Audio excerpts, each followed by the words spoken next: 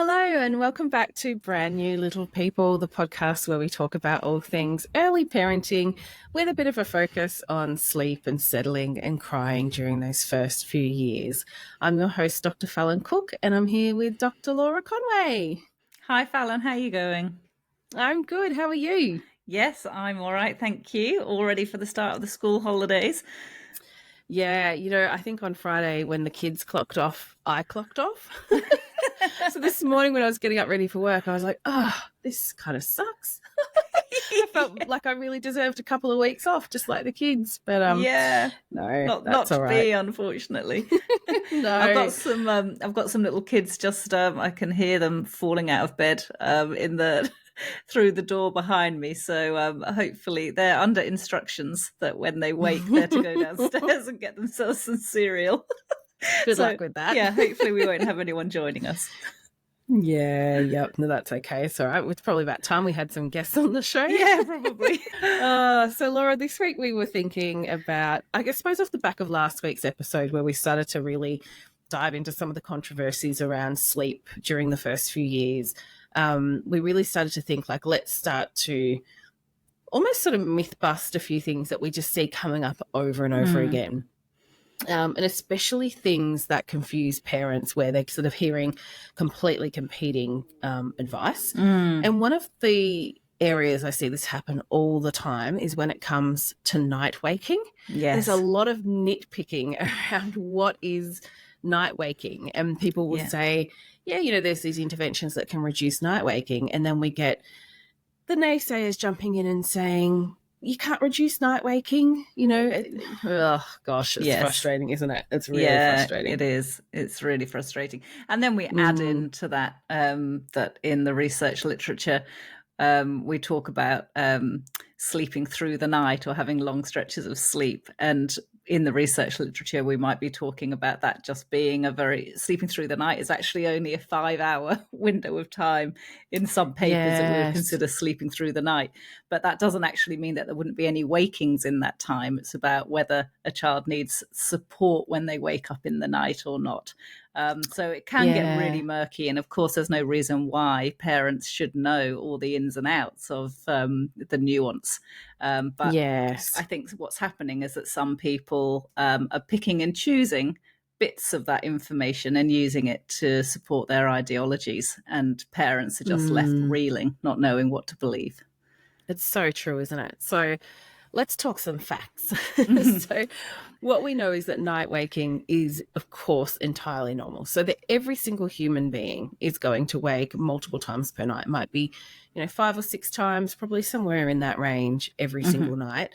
Babies do it. Toddlers do it. Grandparents do it. Everybody does it. The only reason you wouldn't do that is if you were actually sedated and you are knocked out. So we absolutely expect all humans will wake multiple times per night. That's entirely normal.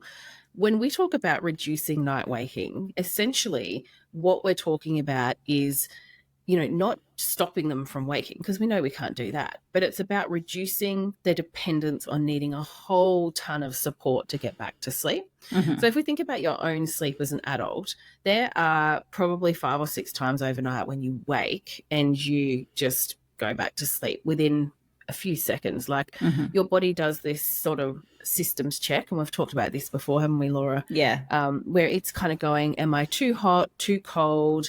Am I hungry? Do I have any pain? Is my sleep environment still the same? We can check all those things in a few seconds, and if our bodies think, yeah, this is all okay, we just go back to sleep again.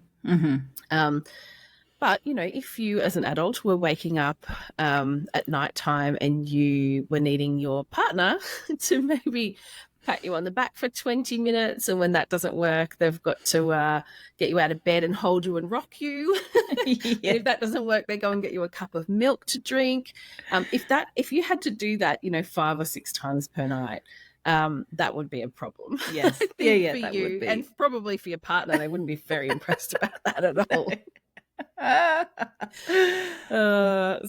It's really normal to wake at night, but what can be abnormal or troublesome is if there has to be a lot, it's taking a long time to get back to sleep again because you're needing a lot of support. Yeah. And the same goes for babies and toddlers, but obviously little tiny babies need to wake at night. They need to feed, they need nappy changes, Mm-hmm. and that takes time to do. So their night Yeah. wakes are going to be longer and more frequent. So we're absolutely not talking about tiny little babies. Mm-hmm. But certainly from, I would say, from 6 months of age, really long night wakes that require a heap of support just to get back asleep. That is starting to go into that range of being a little bit, I hate using the word abnormal. What's the word I'm looking for? I Oh, suppose it's just just, troublesome. yeah, it's just more difficult. Yeah, yeah.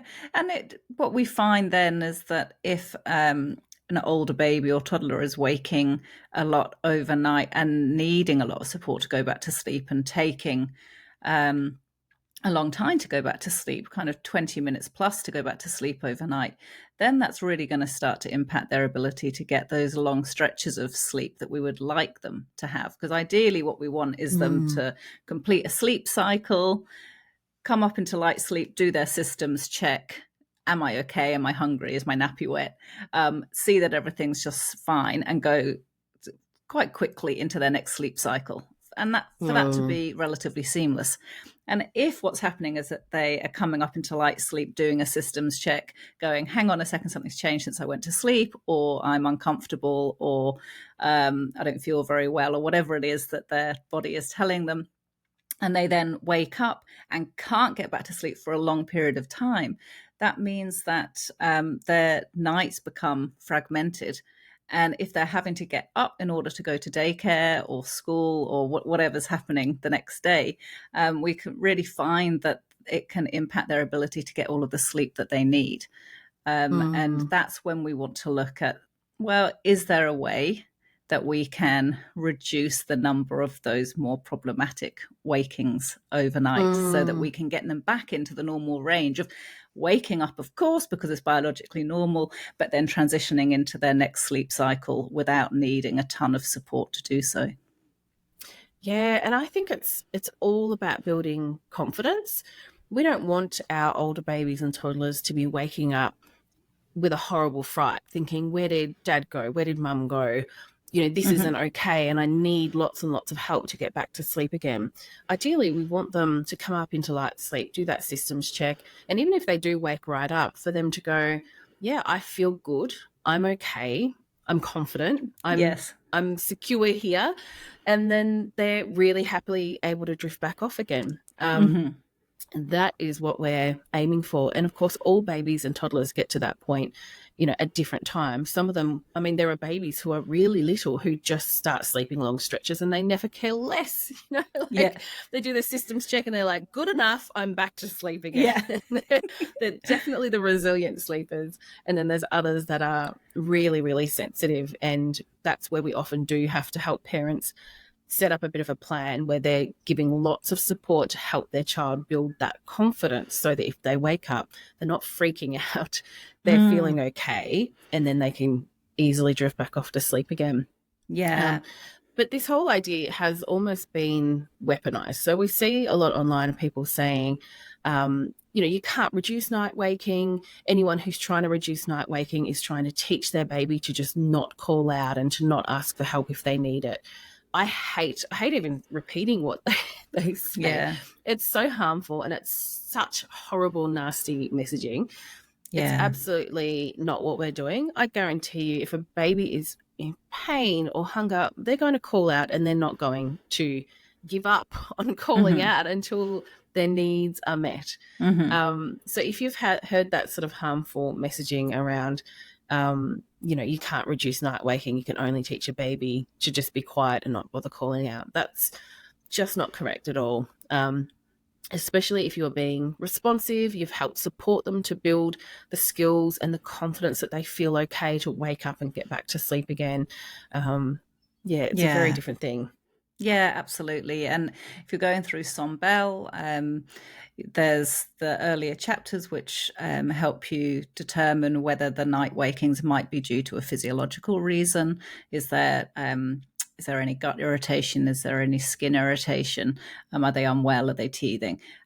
So of course, as a Sonbell member, you'd be ensuring that your child doesn't tick any of those boxes and those things are contributing to night wakings. Then you'll also, for older babies and toddlers, be thinking about whether there's separation anxiety present, and also whether there's any big changes happening in your child's life that means that they are seeking connection more overnight, and how you can try to bolster the connection and the time that you have with your child during the day, so that they feel like their attentional and emotional cups are nice and full, so they can get through long stretches overnight without needing to seek that connection. And we also take you through how to work out how much sleep your baby needs to ensure, toddler needs to ensure that they're able to maintain their sleep overnight for long stretches of time, because their sleep pressure is nice and high.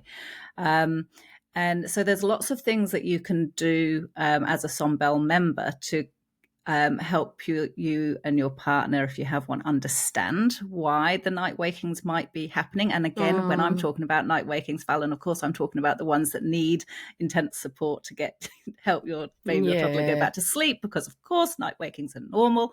So it's only those that are problematic that we're talking about. And then once you've ticked all of those things off and you're sure that there's no physiological reason for the waking, there isn't the separation anxiety, or if you have identified there is separation anxiety, then you can think about how you can support sleep with those things present. And if one of the reasons why your baby or toddler is waking frequently overnight and needing intense support is because they're going to sleep in a certain way, they're coming up doing the systems check and they're no longer on the Fitball being bounced by dad, and they're going, what on earth? then you can pick a particular way to wean your baby off needing to be bounced on the ball to go to sleep. So then when they come up in the middle of the night into light sleep and do a systems check, they're not having that shock or that scare that you were talking about, Fallon, where they're like, what's going on? I previously was in dad's arms and now I'm in this cot by myself and I don't like it. That's it. And I love what you're saying there, Laura, because I think, so often parents think the only way to stop these night wakings where they're needing me all the time is to just cry it out. Like parents just think I'm just going to have to put up with hours and hours of crying. It's going to be absolutely horrific. And so they just go, well, I'm just not going to do it then. I'll put up with how bad things are now and how challenging I'm finding the nights because I don't want to cry it out. And we have to stop thinking like that. It is not black and white. No. There is a big area of grey in the middle between doing nothing and cry it out, a huge area of grey. So I think a lot of parents, because they've seen all the other things online where people say it's not cry it out, they buy the program or do the thing, and it is. It's just a different version of cry it out. We've worked really hard to think about the psychology of sleep and how babies and toddlers learn, to develop approaches that can move you towards that end goal of having them being able to resettle themselves overnight without needing a ton of support, but without feeling like you've got to rip the Band-Aid off, because it's 100% possible to support your child to build their confidence in resettling themselves without having to be harsh or, insistent that they just do it straight off the bat. I mean, we wouldn't throw an adult in the pool who can't swim and just say, well, come on, swim. Yeah, of course not. We don't need to do that to babies either. So I think keep that in mind. And of course, it is an entirely personal decision. So like what you were saying, Laura, it's like for some parents, it's hugely problematic. It's destroying their mental health, the night waking this is. And these long night wakes especially can feel very, very punishing. For those parents, they really want to do something about it, and that's perfectly acceptable. Other parents, it won't bother them so much. Their child wakes a bit overnight. They're fine with it, and that's perfectly fine. We're not going to sit here and say everybody needs to work towards independent settling, because not everybody needs to. And I think that's the other thing that gets a bit misconstrued, particularly on social media, is there are people who think that everyone's trying to convince them that they've got to sleep train all the babies, and you really don't. Look at the child in front of you and you'll know whether or not things need to change. And as the parent, you're in the driver's seat. You can decide how you change things, when you change things, Mm-hmm. and what kind of advice you take on board and what advice you just chuck straight in the bin. Yeah.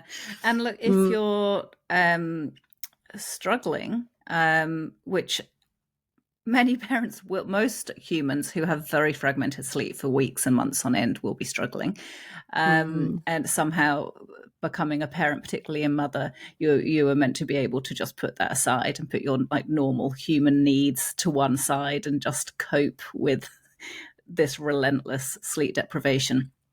um, if you are finding that it's a real struggle, it's okay to do something about it. And if you're in a Facebook group, for example, and you read from a mum or a dad who is asking for advice because they are really struggling, it is not right for those people to be told that they just need to suck it up. yeah. And everyone has a different. What's that analogy about? Everyone has. That everyone's in the same boat. Some people have a boat that's got some holes in it, that's leaking, that is made of Mm, really flimsy wood, and other people have boats that are yachts and they're fully enforced, depending on their family of origin, and any trauma they may have experienced in their past or things that are happening now.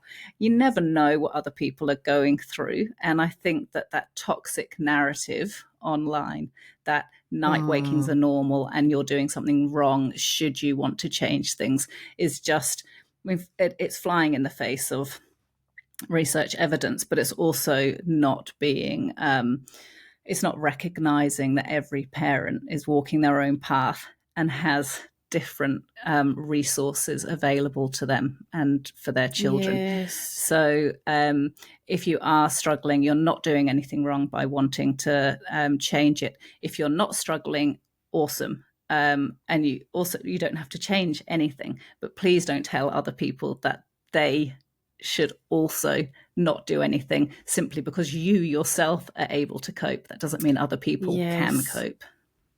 I think that is golden advice, Laura. Mm. It's like we could have one parent whose toddler wakes 3 times per night and they couldn't care less. They're fine.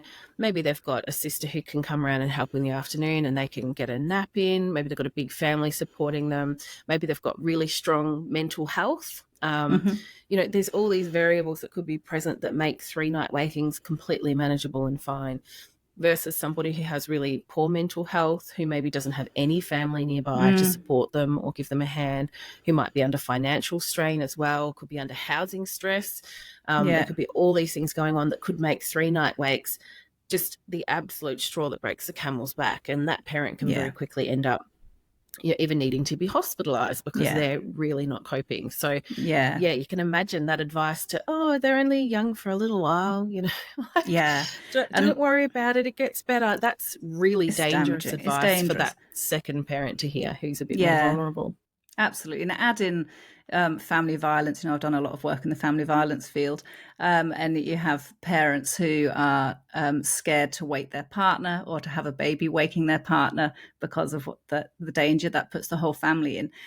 Then, it just takes it next level. So it's everyone has their own problems that they are managing alongside the sleep issues that they are facing with their baby or toddler. So let's all try and be a little bit more sympathetic to each other, and let's just try and put away the toxic narrative online that you mustn't do anything about those night wakings if they are causing a problem for you. Yes, absolutely. All right. I think that's such a good discussion. And I hope that'll make parents feel like they've got a little bit more resolve when they do go online and feel battered by all of this, that Mm. toxic narrative. Now you've got a little bit of fuel to galvanize yourself against Yeah. some of that negativity, and just unfollow pages that seem, to not really be helpful. I think just Mm. don't follow them. It's Yeah. a really good solution. We've got a heap of parent questions, so let's Yeah. try and get through some of these. Let's start with Alice. So Mm-hmm. Alice started out by saying that she loves the podcast and Sombel, has found it super incredibly helpful over the last few months. She's very grateful. So thanks for Oh, the lovely words, Alice. yeah. Thank you. Um, Alice writes, my daughter is just over 5 months old. She's always been very alert and active and on the lower end of sleep needs, averaging around 12 to 12 and a half hours for the past couple of months. She's become even more active in the last week, and her sleep needs seem to have increased to just over 13 hours. She sleeps from about 7:30 p.m. at night to 6 or 6:30 a.m. in the morning with 2 feeds and has 3 naps a day, each between sort of 30 to 90 minutes. And they go with the flow because when she's tried to stick to a schedule, it's made her really tired and grumpy. She self-settles well with a quick cuddle and a pat at bedtime, and during the night she self-settles again after her night feeds. But naps are increasingly challenging with more crying and more support required.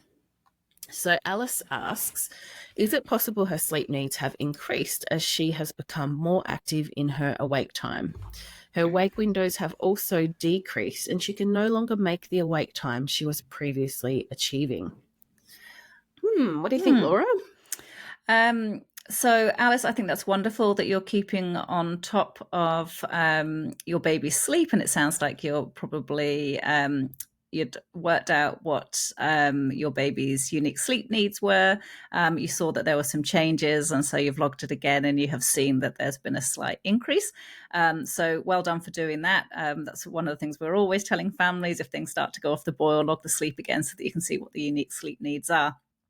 Now, certainly can be the case that for some babies, sleep needs do increase. And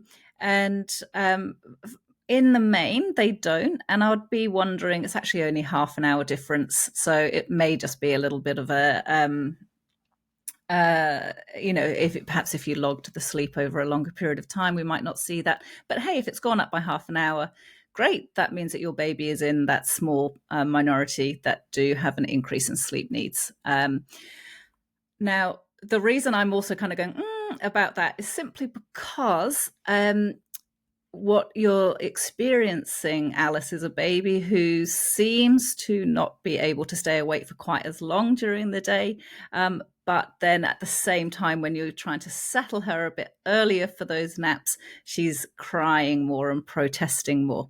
So what I'm actually wondering is whether there may just be a developmental change where she's 5 months old now. She's wanting to be up and about and more active. She may be feeling a bit frustrated when she can't crawl. I'm assuming she's only 5 months old. She's very unlikely to be able to get herself around.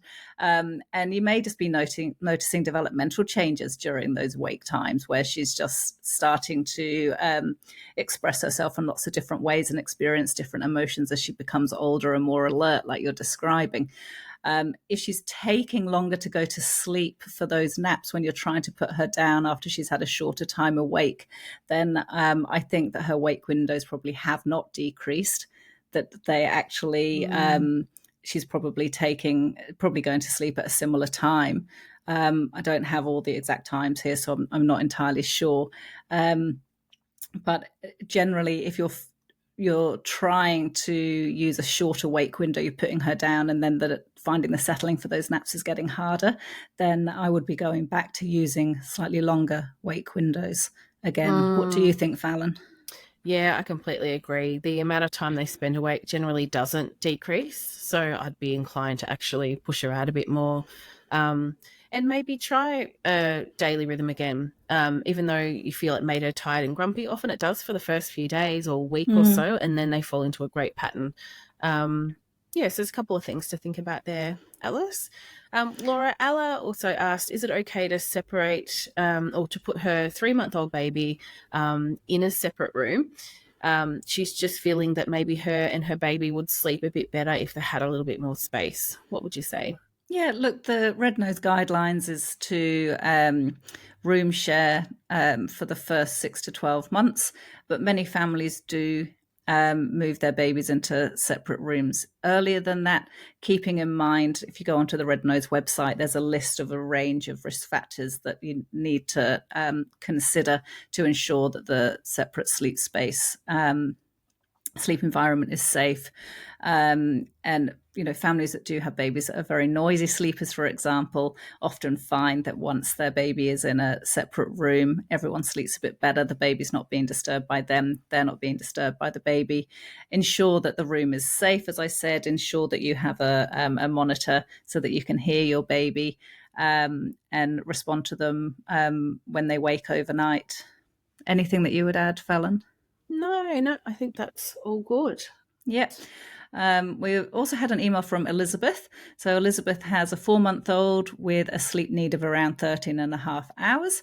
Her baby went from waking 5 to 6 times a night, but has recently reduced to just 2 or 3 wakes overnight, which is really great for a 4-month-old. So well done, Elizabeth. I hope you're starting to feel a bit more like yourself now you're out of that newborn phase. Elizabeth provides lots of information about her baby, but in the interest of fitting in everyone's questions today, we're going to jump straight to the crux of the problem. So Elizabeth describes how her daughter is having 3 naps a day of around 30 minutes each. And the final nap can be extended to about an hour and a half long as it's a contact nap after that first 30 minutes and she's resettled on the breast.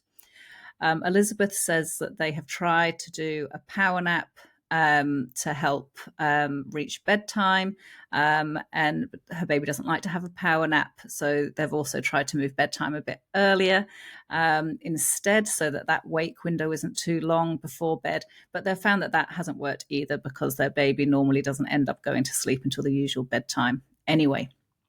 So Elizabeth asks, is there a way that she can structure the naps so that her baby is having longer naps earlier in the day and we can push the final nap of the day back? She says, should I be resettling her when she wakes after a short nap, or should I just roll with what she wants to do? What do you think, Fallon? Yeah, really good question. Look, definitely having the longest nap at the end of the day in general doesn't work well for babies. Often it means they're then harder to settle at bedtime and waking more overnight. But Elizabeth hasn't described that that's a problem. So, I mean, if it's working okay, you could keep going with it. But if nights start to get tricky, that's definitely what I would address. You could try to do a resettle early in the day, but if she's waking up perfectly happy and ready to go after 30 minutes of sleep, chances are you won't be able to resettle her. She's ready to go. My gut feeling would be to let her dictate what she wants to do for those naps. If she wants 3 cat naps, that's perfectly fine. If it's, it might mean that that night waking even reduces further. So look, I don't think there's a clear right or wrong. I think I'd be inclined to try out rolling with what she wants to do and just having the cat naps and do that for a week and see how it works out. You could keep tracking in the diary so you can look back on that week and get a sense if that works well for her or not. It might just be a little bit of experimenting to work out what is the best daily rhythm. Yeah, and if she does have 3 cat naps, so you're not resettling her for that longer third nap, then of course you'd bring bedtime earlier because you've got an extra hour up your sleeve. Yeah. So see how you go, Elizabeth. It's still early days at 4 months old. She's doing really well on 3 naps and only waking 2 or 3 times overnight. So well done. Let us know how you get on. Yeah, absolutely. All right. So we also have an email from Alexandra. Alexandra writes, thank you. Gosh, I'm tripping up over my words. Thank you for Sunbell, a refuge amongst the sea of confusing and contradictory advice online. Oh, thank you. I've got a 16-week-old baby girl with a 12-hour, 45-minute sleep need. Since 8 weeks old, she's been sleeping well at night with minimal wake-ups, with 8 to 10-hour stretches. That's amazing, Alexandra. Yes. Yeah, that's what I mean. Some babies are just ready for it really young and they just do it. So yeah, that's right. And lucky. They're not. There's nothing abnormal about that. So exactly. Here's a child who's sleeping for long stretches overnight. She will be having wake ups as she cycles through those or transitions through those sleep cycles, but she's not needing intense support to get back to sleep. So these babies do exist. So Alexandra says that her daughter's current bedtime is 8 p.m. and wake up is approximately 6:30. She has 4 naps totaling around 2.5 hours, with the last nap ending before 5. For the last 3 weeks, we have worked on the quick fade approach. We're no longer feeding to sleep, but we haven't phased out the patting to sleep just yet. That's really great. Well done, Alexandra. Mm. For the past week, her baby has been consistently waking up 40 to 50 minutes after we put her down to sleep for the night. We're able to settle her quickly with patting in around 5 minutes, and she then usually sleeps through or has one feed overnight.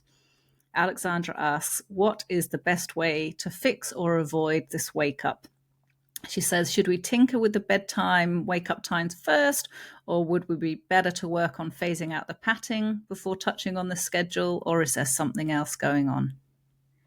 Yeah, right. So when they're waking up pretty quickly after they first go to bed in the evening, usually it means, like, I would say that sounds like the beginnings of a sleep pressure problem. Like, it's not a problem right now, but often the first sign that something's developing is that they start to wake up one sleep cycle into the night.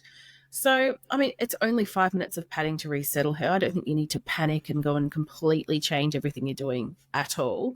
I'd just be thinking about the 2.5 hours total day sleep. Is there a nap that's getting a little bit too close to bedtime? Is there, is the other afternoons a bit nap heavy? So lots of naps or longer naps in the afternoon, for example, that could be starting to impact the nights. So, yeah, I mean, you could have a think about her mood. If she's going down at bedtime really happy and seems quite alert still, maybe you'll just push her out a little bit longer before you put her down at bedtime. But yeah, I don't think there's a lot you need to change. I think you're working towards phasing out the padding. So yeah, just keep plugging away at that, gradually reducing the padding to sleep, and just be, on the lookout if that, false start, we often call them, continues and starts to become more challenging to settle her. That's when I would think, okay, do we just drop down the day sleep just a little bit? Mm-hmm. Yeah. Yeah, I think that sounds like good advice. Yeah, good. All right. And we've got Sam, who has a little girl who's 19 months old, who previously slept through all night and could self-settle. But Sam writes that for the last month, although her naps are still fine, the nights are rough. At the start of the night, she can sometimes fall asleep quite quickly if she's quite tired, or she can toss and turn before falling asleep, only to wake 5, 10, 15 minutes later. Well, that's classic sleep pressure problem, isn't it? She can be really distressed when I try and walk out of the room at the beginning of the night and in the middle of the night. She can sometimes be awake for 3 hours in the night. Oh my goodness. But then she will randomly sleep through. Almost all settling is done in the cot, other than a quick cuddle when she's really upset. She has separation anxiety from Sam, and her dad works away for 3 weeks at a time. Bedtime is about 7:30 and wake up is between 6:45 to 7:30 a.m. She has one nap for 1.5 to 2.5 hours. So what Sam's wondering is, can sleep needs decline quite quickly, and are the settling and overnight wakes a sleep pressure issue? Yes and yes. That's where I'd start. What would you say, Yes, Laura? yeah. Well, we don't have a clear idea of what Sam's daughter's sleep needs were and what they are now. But yes, sleep needs can suddenly decline. There can be, for some children, there's like gradual decline, and others it's like boop, boop, boop, boop, boop, bang off a cliff, and then and then carry on just with a gentle decline again. Now, getting to the crux of the issue, I would say, and you did mention it already, Fallon, I would say that there's a sleep pressure issue going on. Yeah, there's a few signs there, really, isn't there? Yeah, there are. False starts, really long night wakes. Yeah.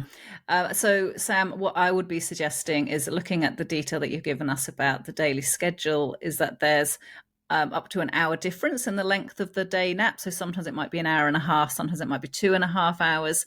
And also wake up time. There's nearly an hour difference in the wake up time in the morning as well. So what I would be thinking about doing is having a look at what her sleep needs are at the moment, and then picking a wake up time. And it may be that if she generally is always awake by 6:45, I would maybe pick that as your wake up time, and then pick the average of her day naps. So if she's more often than not having an hour and a half, or 2 hours, and only sometimes having 2.5, I would just pick that more average amount, an hour and a half or two, just to try and bring a bit of predictability from day to day. And then you'll likely find that her sleep pressure is hitting a more predictable level every evening when you're popping her to bed at bedtime. And then you'll start to see a change in that variability of whether she's doing those false starts or just sleeping for longer stretches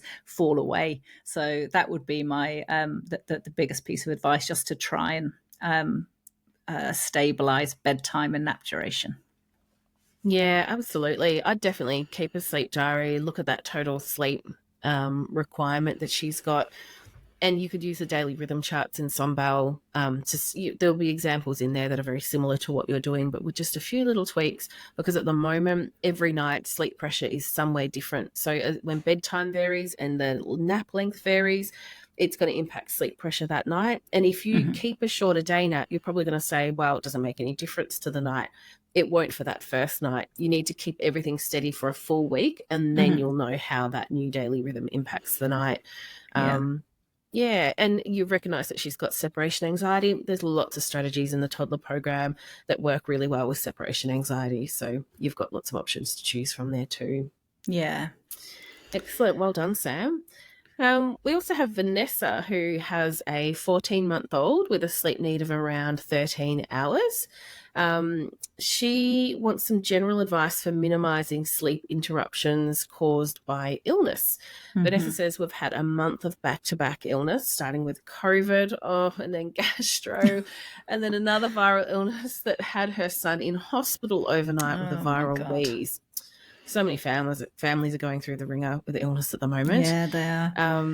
And she says you do what you can in the moment, especially in hospital when they didn't have access to a cot. But wants to know, how do you get sleep back on track when they're seemingly constantly unwell? Her son is an early bird, waking about 4:30 to 5:30 a.m. She says, but that's a whole other thing. So she said it feels like there can be no respite. They initially used family to help, but her son passed COVID and gastro on to other family members, which they're feeling very awful about.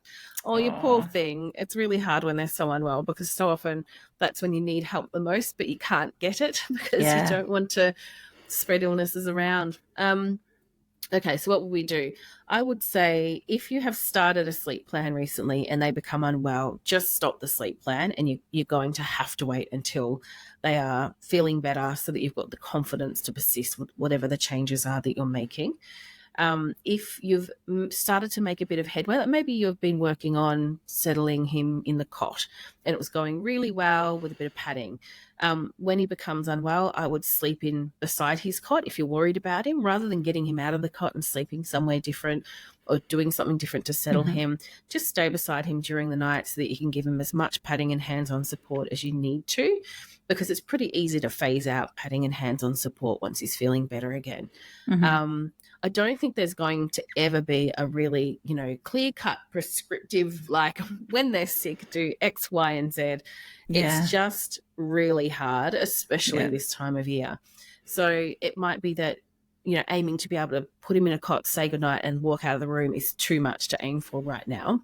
Yeah. I don't know this child's settling at all, but it's just an example. It might be that you adjust your goal and you're just going to go, okay, well, all sleep will happen in the cot and I'll give them as much support as they need in their cot.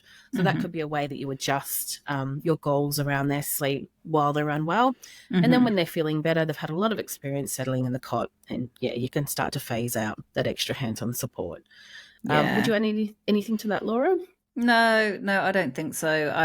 My heart goes out to Vanessa and all the other parents who are going to be riding that awful winter roller coaster of back-to-back illnesses. It isn't appropriate to introduce new settling approaches when your child is unwell. And it's also really important that when your child is unwell, you let them have more sleep, because our bodies need more sleep when we're unwell in order to fight the bugs and then recover. I do wish we had a magic wand that we could wave and say, this is what you need to do. But as you're saying, Fallon, it's really just riding it out, thinking about not bringing your child into bed with you. You go to them, so that if the one thing that stays constant is that they're always sleeping in their own environment with you present, then that's the one constant thing. And then we can wean you out of there once they're better. But essentially, may the force be with you. It sucks. It really, really sucks. And we're both mums who have been through it. And we still go through it now. I mean, our kids are older, but they might be older, but when they're really unwell, they just want mum or dad, and they need lots of love and support and comfort when they're sick. So true. And there is a lesson in Sunbell, in all the Sunbell programs, on managing illness and teething and separation anxiety as well, which we've also touched on today. So make sure you go into that search function in Sunbell and always look for topics in there, because there might be a lesson you've forgotten about that's going to help you with some of these things. Yeah. Good. So we had Michaela also send us in an update. So she says, we moved our 16-month-old to one nap a day from 11:30 a.m. to 1:30 p.m., but she didn't manage very well. She was very tired in the morning, grumpy for 1.5 to 2 hours before her nap, and by 8 p.m. she was exhausted. We tried to keep her up a little longer, but usually she was asleep by 8:20 to 8:30 p.m. The problem with this earlier bedtime is that it translated into waking up at 5 or 5:30 a.m. She says, we tried for about 11 days and yesterday decided to move her back to 2 naps. Our daughter was still getting about 11 hours a day on one nap, but it seems at this stage she still needs that time split across 2 naps to help her make it through to her bedtime, and so that she can then sleep in until closer to 6 a.m. She says, unfortunately, in the time we tried, she wasn't able to sleep more than 9 hours a night, even on one nap. There was the odd 9.5-hour night, but that was the exception. And they're hoping that in a few weeks' time she might be more ready. So Michaela wonders, do you think that she might just be on the late end of the spectrum of when toddlers transition to one nap?